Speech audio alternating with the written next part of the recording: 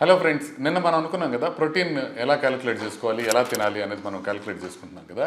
అంటే మనం ప్రోటీన్ ఇప్పుడు ఎట్లా క్యాలిక్యులేట్ చేసుకుంటున్నాను, నా హైట్ తీసుకున్నాను, హైట్ సెంటీమీటర్స్లో తీసుకున్నాను, 185 మైనస్ 100 చేశాను అంటే 85 వచ్చింది. దాంట్లో 0.8 టైమ్స్ దాన్ని తీసుకుంటే నాకు సుమారుగా 68 వస్తుంది. సో లెటసే ఒకళ్ళు 50 గ్రాములు తీసుకోవాల్సిన అవసరం ఉందనుకోండి. 50 గ్రాములు ఎలా తీసుకుంటారు నాన్ వెజ్ ఫుడ్తో అనేది వాళ్ళు తెలుసుకుందాం. అంటే ఇండియాలో నాన్ వెజ్ తినే వాళ్ళకి రెండూ అవసరం. వెజిటేరియన్తో ఎలా తీసుకోవాలి, నాన్ వెజ్ ఎలా తీసుకోవాలి అని కూడా. ఎందుకంటే నాలాగా ఇప్పుడు శనివారం కానీ గురువారం కానీ నాన్ వెజ్ తినట్లేదు అనుకోండి, అప్పుడు వెజిటేరియన్తోనే మనం అదే ప్రోటీన్ తీసుకోవాలి.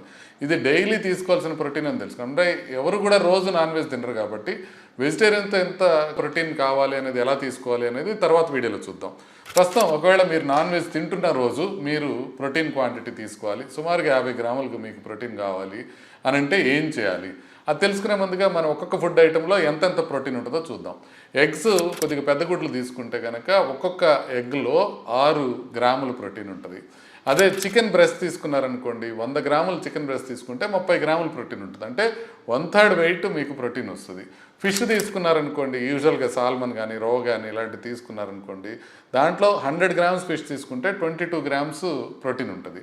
పాలు ఒక గ్లాసు సుమారుగా, అంటే పావు లీటర్ గ్లాస్ అనుకోండి, పావు లీటర్ గ్లాసులో ఒక 8 గ్రాములు ప్రోటీన్ ఉంటుంది. పెరుగు తీసుకున్నారనుకోండి, ఒక 200 ml పెరుగు తీసుకుంటే 7 గ్రాములు ప్రోటీన్ ఉంటుంది.